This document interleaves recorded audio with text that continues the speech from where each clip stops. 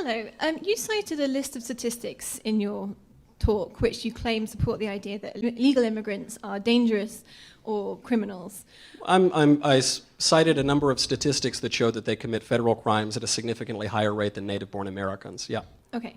So what role do you think that structural racism and inherent bias has to play in those statistics? I don't think that the people who enter this country illegally are forced to do so by some sort of systemic racism. There's no systemic American racist going down to El Salvador and saying, you better get up and sneak into the United States. And there's nobody in the United States who forces people who come here illegally to commit crimes. I think the premise of this question is actually quite offensive, though it's a popular assumption, which is that illegal aliens somehow don't have free will. It's the assumption that illegal aliens are somehow morally uneducated. They have no sense of right and wrong. They have no ability to control their emotions and their impulses. This is obviously profoundly racist and not true. We have free will. We have the ability to do what we want to do. This is why, by the way, the majority of Hispanic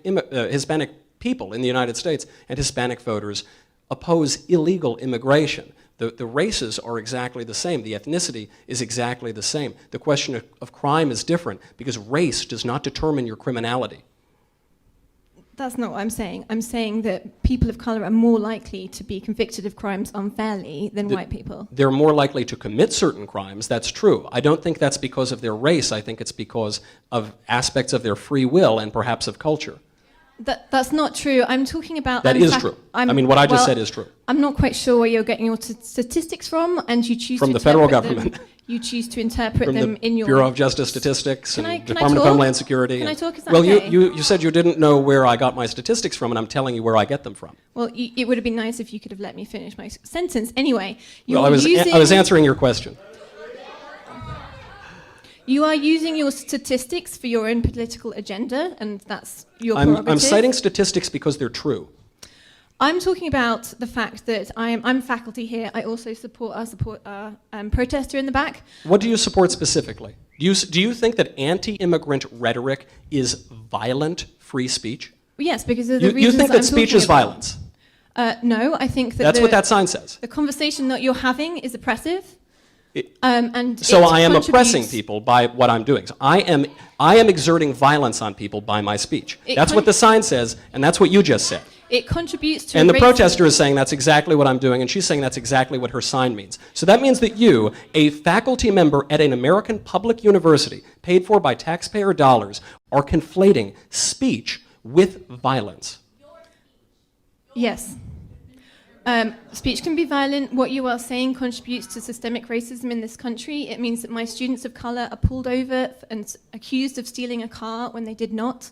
I'm not pulling anybody over for stealing any cars. I'm not saying that you I see many did. people of many different races in this room. They all seem to be doing just fine. I don't think any of them have felt violence because they listened to a lecture on basic facts about our immigration system. The question was, have I asked people in this room if they've felt as though some violence has been committed on them? No, I haven't asked, because no violence has been committed on you. Because violence is not a subjective feeling. Violence is an objective fact.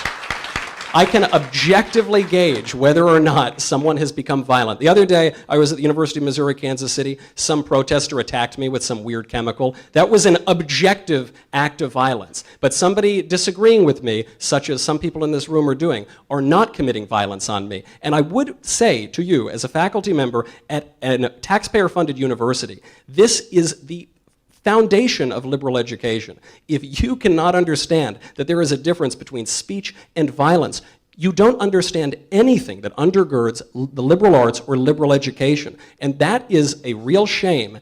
And I say this with all respect and with great distress for our universities. If our teachers don't understand the difference between ideas and violence, between speech and violence, then they are in no position to educate the next generation of Americans.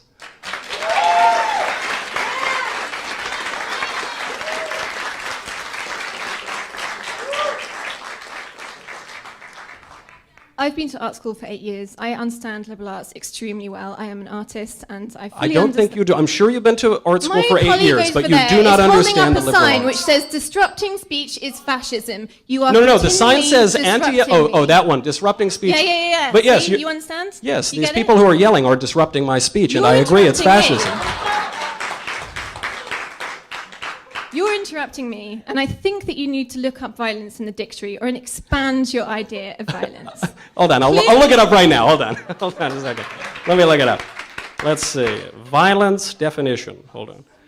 Violence definition. So you're saying that violence can be speech. Oh, my Wi-Fi went out. That's too bad. I'll look it up later. I'll post it on my Twitter. Violence is not speech. Let me say it again. Violence is not speech. Let me say it for all the professors in the room. Violence is not speech. Speech is not violence.